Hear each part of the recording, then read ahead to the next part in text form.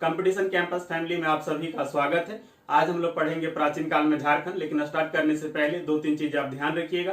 पहली बात, यदि आप एग्जाम में अच्छा परफॉर्म करना चाहते हैं, यदि आप चाहते हैं कि आपका सिलेक्शन किसी भी हाल में न रुके, तो उसके लिए आपको किसी भी चीज को कंप्लीट पढ़ना पड़ेगा, पूरी तरह से उसको समझना पड़ेगा। वन लाइनर दो लाइनर पढ़ करके कुछ मिलेगा नहीं, लास्ट में केवल बस पछताना रहेगा। तो कंप्लीट यदि आप पढ़ना चाहते हैं, यदि कुछ करना चाहते हैं, यदि अंदर से पढ़ने की इच्छा है, तो आप वीडियो को लास्ट तक देखिए। आप वीडियो को लास्ट तक देखेंगे तभी चीजों को आप सीख पाएंगे। यदि आप वीडियो बार बार स्किप करेंगे तो कभी भी कुछ चीज आप सीख नहीं पाएंगे। ऑनलाइन एजुकेशन में यही सबसे बड़ा प्रॉब्लम है कि जब मन किया तब वीडियो को स्किप कर दिया। तो आप यदि सीखना चाहते हैं तो आपको पैशंस के साथ वीडियो को देखना पड़ेगा। हाँ, यदि आपको स्पीड कम लगता है तो आप चाहें तो स्पीड बढ़ा करके देख लीजिए, लेकिन वीडियो स्किप हरगिज न करिए। आप लास्ट तक देखिए, आपको बहुत सारी नई जानकारी मिलेगी और एक नई अंडरस्टैंडिंग डेवलप होगी। चलिए शुरू करते। सबसे पहले आपको समझना पड़ेगा कि प्राचीन कालीन इतिहास को कितने भागों में बांटा गया है। तो ध्यान रखिए, 4 भागों में बांटा गया है। पहला आपका है मगध साम्राज्य, और ध्यान रखना है मगध पे टोटल 5 वंशों का शासन रहा। पहला आपका हर्यक, शिशुनाग, नंद, मौर्य और कण्व। इसमें आपका मौर्य वंश काफी महत्वपूर्ण है, ठीक है। मौर्य के बाद जो है आपका मौर्योत्तर काल कहलाता है। मौर्य वंश का जब पतन हो गया, इसके बाद मौर्योत्तर काल कहलाता है, ठीक है। मौर्योत्तर काल के बाद एक आपका आया गुप्त काल, जिसे प्राचीन इतिहास का स्वर्ण काल, गोल्डन एरा कहते हैं। हम लोग जब हिस्ट्री पढ़ेंगे तो वहां विशेष डिस्कस करेंगे। और गुप्त काल के बाद आपका आया गुप्तोत्तर काल, ठीक है। एक एक करके देखना है। सबसे पहले यहाँ पर देखिए, जो आपका मगध है, इसमें पहला जो वंश था हर्यक वंश। इसके आपका संस्थापक थे बृहदर्थ, ठीक है। और बृहदर्थ का पुत्र था जरासंध, जो कि असुर जनजाति से संबंधित था। और कहा जाता है कि इस जरासंध के समय में ही झारखंडी क्षेत्रों में असुर जनजाति के लोगों का आगमन हुआ। होता क्या था कि जो जरासंध के जो दुश्मन होते थे, जरासंध पकड़ के उसको झारखंड के जंगलों में छोड़ देता था, ताकि यहाँ के जो आपका बाघ वगैरह जो खूंखार जानवर हैं वो खा जाए, ठीक है। तो ध्यान रखिए, जरासंध ने ही असुर जनजाति के लोगों को झारखंड में छोड़ना शुरू किया। आप बोलेंगे सर जरासंध खुद असुर है, तो असुर को क्यों छोड़ता था? क्यों नहीं छोड़ेगा? अपना ही जाति में दुश्मन नहीं होता है क्या? होता है। तो जरासंध के समय में ही झारखंड में असुरों का आगमन हुआ। और ध्यान रखिएगा, जो भीम थे, महाभारत में जिसका उल्लेख मिलता है, इनका भी महाभारत में उल्लेख मिलता है। तो जरासंध और भीम के बीच लड़ाई हुई थी राजगिरी में। राजगिरी कहाँ पे है? सभी लोग जानते होंगे, बिहार में पड़ता है, ठीक है। तो यहाँ पे आपका राजगिरी में लड़ाई हुई थी, ठीक है। और इसमें जरासंध की तरफ से असुर जनजाति के लोग भी लड़ रहे थे, खुद भी असुर थे और इसकी सेना भी जो है वो असुरों की थी, ठीक। नेक्स्ट यहाँ पर देखिए शिशुनाग वंश। तो इस कालखंड में झारखंड से संबंधित कुछ विशेष जानकारी नहीं प्राप्त होती है, ठीक है। उसके बाद यहाँ पर यदि नंद वंश की बात करेंगे तो नंदों की सेना काफी बड़ी हुई करती थी। और कहा जाता है कि वहां पे जो हाथी यूज किया जाता था नंदों की सेना में, वो हाथी झारखंड के क्षेत्रों से ही मंगाया जाता था। आज भी हम लोग जानते हैं कि जो आपका दलमा गज अभ्यारण्य है पूर्वी सिंहभूम में, यह हाथी के लिए काफी आपका प्रसिद्ध है पूरे देश में, ठीक है। तो नंदों की जो सेना है उसमें जो हाथी यूज हुआ करता था वो कहां से मंगाया जाता था? झारखंड से मंगाया जाता था। और अधिक कुछ जानकारी यहां से नहीं प्राप्त होता है, ठीक है।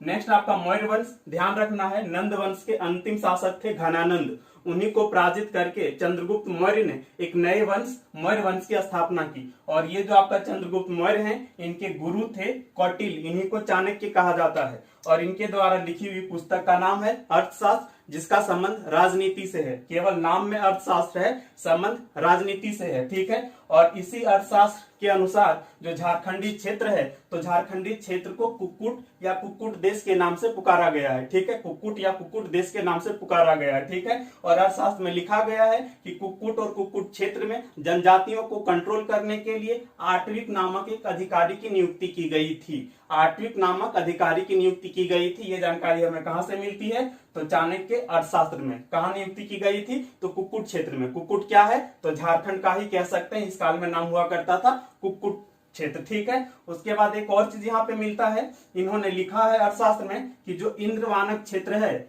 यहाँ की नदियों से हीरा प्राप्त किया जाता था। ये इंद्रवानक क्षेत्र कौन सा है? तो ये कंफर्म नहीं है, लेकिन अधिकतर इतिहासकार मानते हैं कि जो आपका शंख नदी का क्षेत्र है वही आपका इंद्रवानक क्षेत्र है। तो इन शंख नदी और अगल बगल की जो नदियां हैं उनसे हीरा प्राप्त किया जाता था। ये अर्थशास्त्र के अनुसार है, ठीक है। शंख नदी का उद्गम आपका गुमला जिला में, ठीक है। और नेक्स्ट यहाँ पर देखेंगे तो चंद्रगुप्त मौर्य का पोता था अशोक, जो कि काफी महान शासक हुए, सभी लोग सुने होंगे। अशोक ने कई शिलालेख खुदवाए थे।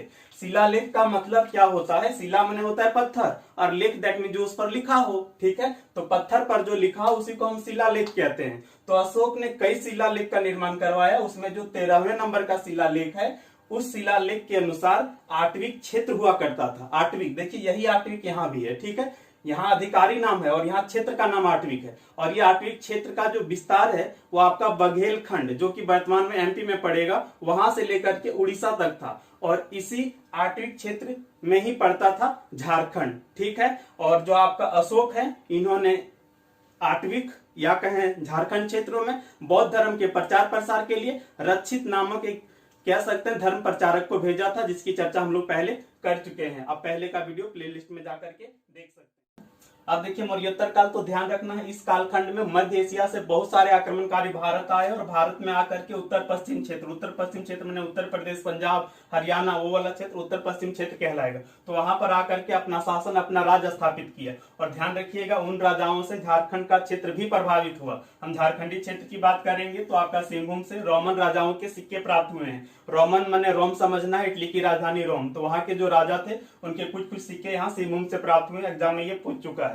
इसके अलावा चाईबासा से इंडो-सिथियन सिक्के प्राप्त हुए हैं, इसका भी चर्चा हम लोग हिस्ट्री में करेंगे, ठीक है। इसके अलावा एक चीज और यहाँ पर ध्यान रखना है कि जो कनिष्क थे मौर्योत्तर काल से ही संबंधित एक महान शासक थे, तो इनके कुछ सिक्के रांची से प्राप्त हुए हैं, ये भी एग्जाम में पूछ चुका है। अब देखिए मौर्योत्तर काल के बाद आपका आया गुप्त काल, और इसी गुप्त काल का एक महान शासक हुआ करता था समुद्रगुप्त, जिसे भारत का नेपोलियन कहा जाता है।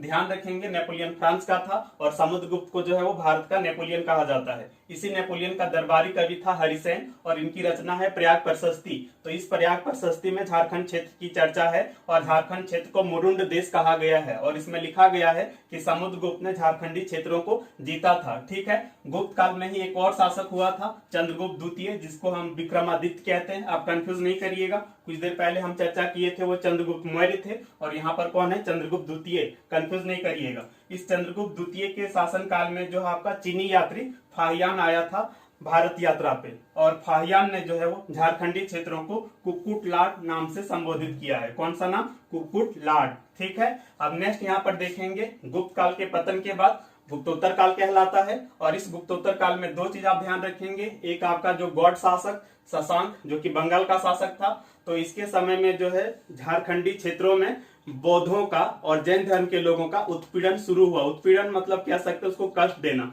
ये शैव भक्त था और इनका मानना था कि बौद्ध और जैनों के कारण हिंदू धर्म खतरे में आ गया है, इसीलिए बौद्ध और जैनों पर इन्होंने अत्याचार करना शुरू किया और बौद्ध स्थलों को नष्ट करना शुरू किया। तो यही चीज यहाँ से आप ध्यान रखेंगे और कुछ चीज हम पहले भी इनके बारे में बता चुके हैं, ठीक है। और दूसरा चीज ध्यान रखना है कि गुप्तोत्तर काल में उत्तर भारत पे, ये तो बंगाल के शासक है ना, और उत्तर भारत में जो है वो हर्षवर्धन राज कर रहा था और हर्षवर्धन के समय में ही आया था चीनी यात्री वेनसांग। आप कंफ्यूज मत करिए, चंद्रगुप्त द्वितीय के समय फाहियान और हर्षवर्धन के समय वेनसांग। वेनसांग ने झारखंड को किस नाम से संबोधित किया है, आप लोग कमेंट करके बताइए। हम पहले के वीडियो में